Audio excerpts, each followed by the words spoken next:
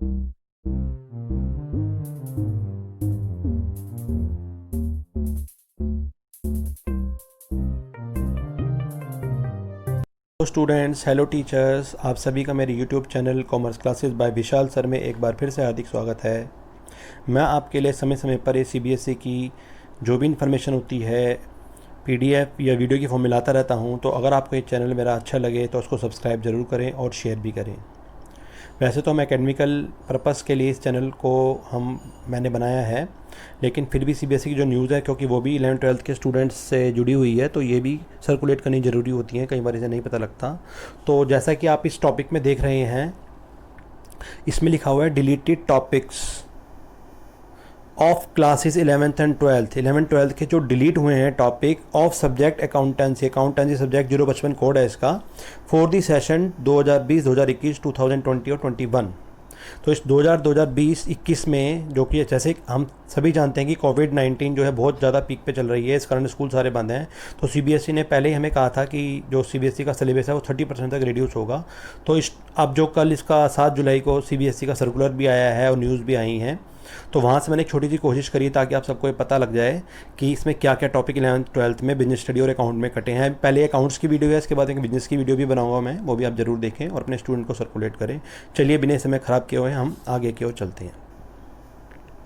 अब ये है पार्ट फर्स्ट, क्लास 11th की बात कर रहे हैं, और ये पार्ट ए है फाइनेंशियल अकाउंटिंग। एक्चुअली 11th की किताब हम मोस्टली टी एस ग्रेवाल से पढ़ाते हैं, तो टी एस ग्रेवाल में 2 पार्ट हैं ऑलरेडी, बुक एक ही है, पार्ट 2 है, लेकिन उसमें है यूनिट 2 अकाउंटिंग प्रोसेस, लेखांकन प्रक्रिया इसको हम कहते हैं। तो इसमें जो टॉपिक है, एक्चुअली चैप्टर पूरे डिलीटेड नहीं हुए हैं, चैप्टर के अंदर के कुछ कंटेंट डिलीटेड हुए हैं। तो ये टॉपिक पहला है बीआरएस, जिसे हम पढ़ाते हैं, बीआरएस कहते हैं, आपको पता होगा बीआरएस, बैंक रिकॉन्सिलेशन स्टेटमेंट, सब अच्छे से जानते हैं।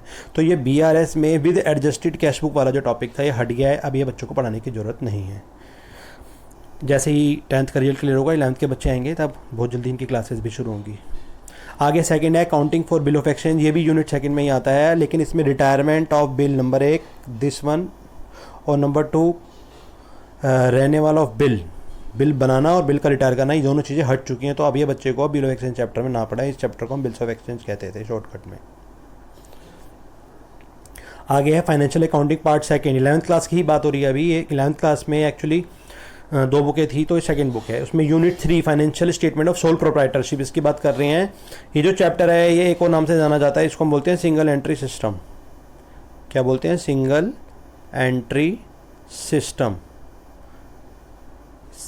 या अकाउंट फ्रॉम इनकम्प्लीट रिकॉर्ड से। ये इसमें जो डिफरेंस है between accounts from incomplete record और स्टेटमेंट ऑफ अफेयर्स हट गया है, और इसमें प्रिपेयर ट्रेडिंग प्रॉफिट और बैलेंस शीट ये हट गया है। तो ये टॉपिक्स आपको पढ़ाने की ज़रूरत नहीं है 11th क्लास के बच्चों को। और कंप्यूटर्स एंड अकाउंटिंग यूनिट 4 है ये वाली, दिस वन, इसमें भी काफ़ी सारे टॉपिक हटे हैं। ये मोस्टली थ्योरी का चैप्टर होता था, तो एंड में बिल्कुल मिलता था, ये वही चैप्टर। इसके बाद टैली का भी था एक, तो यही है। एक तो ऑपरेटिंग सॉफ्टवेयर का जो इंट्रोडक्शन था वो हट गया है, यूटिलिटी सॉफ्टवेयर और एप्लीकेशन सॉफ्टवेयर ये भी हट गए हैं, और introduction to accounting information system AIS और MIS जो पार्ट था उसका, ये दोनों हट चुके हैं। स्टेजेस इन ऑटोमेशन, तो ये ऑटोमेशन की स्टेजेस से ये भी हट गई है। Accounting process in a computerise environment ये हट गया है। Comparison between manual accounting process and computer accounting ये भी हट गया है। सोर्सिंग ऑफ अकाउंटिंग सॉफ्टवेयर ये भी हट गया है। जितने भी सॉफ्टवेयर से आपने पढ़ाते होंगे आप, readymade software, customise, tailor made, ये सब हट गए हैं। और creation of accounts group and hierarchy ये भी हट गया है। Generation of reports, trial balance, P&L ये सब जो कंप्यूटर में थी ये सब हट चुका है। और 5 टोटल जो लेक्चर हैं प्रोजेक्ट वर्क में 11th के ख़त्म हो चुके हैं। अब आपको इस टॉपिक को पढ़ाने की ज़रूरत नहीं है 11th क्लास के बच्चों को। अब हम बात करते हैं मोस्ट इंपॉर्टेंट क्लास 12th की बात करते हैं। क्लास 12 बहुत बहुत इंपॉर्टेंट है, क्योंकि सबसे ज़्यादा सफ़र इस साल जो है 12th क्लास हो रही है। क्लासेस नहीं चल रही हैं, स्कूल नहीं चल रहे हैं, ऑनलाइन क्लासेस ही चल रही हैं। तो क्या क्या है, हर कोई ये जानना चाह रहा था, तो ये बहुत इंपॉर्टेंट है। पार्ट ए जो पहली बुक है, accounting for NPO and partnership और कंपनीज, उसमें जो पार्ट है हमारा, उसमें जो पार्टनरशिप वाली है, accounting for partnership on unit second, इसमें कौन से टॉपिक हटे हैं? तो रिकॉन्स्टिट्यूशन ऑफ पार्टनरशिप में पहला एडमिशन ऑफ पार्टनर में एडजस्टमेंट ऑफ कैपिटल, कहने का मतलब कैपिटल एडजस्टमेंट हट चुकी है। बच्चे कंफ्यूज रहते थे, ये 2 तरह की थी।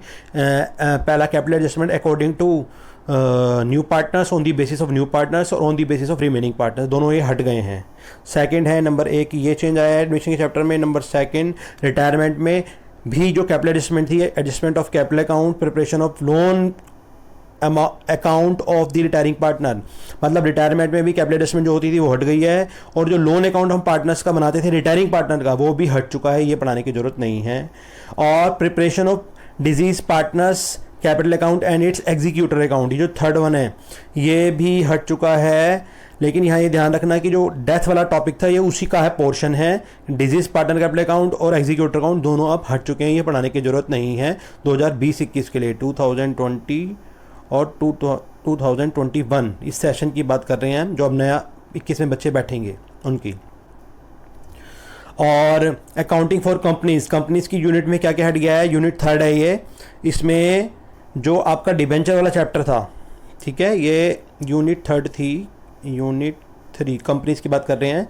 इसमें रिडम्पशन ऑफ डिबेंचर में जो 2 मेथड थे, पहला था लमसम और दूसरा था ड्रॉप लॉट्स। नंबर 2 ये दोनों के दोनों हट चुके हैं, अब ये पढ़ाने की ज़रूरत नहीं है, इसमें ज़्यादा टाइम वेस्ट करने की ज़रूरत नहीं है, बिल्कुल पढ़ाने की ज़रूरत नहीं है बच्चों को। और प्रोजेक्ट वर्क में क्या हो गया है, फ्रॉम सेशन 20-21, ये बहुत इंपॉर्टेंट बात है, इसको आप ध्यान से देखें कि there would be only one project specific. जो हम कॉम्प्रिहेंसिव बनवाते थे, स्पेसिफिक बनवाते थे, 2 या बनवाते थे, तो अब आपको सिर्फ स्पेसिफिक बनवाना है, एक ही बनवाना है।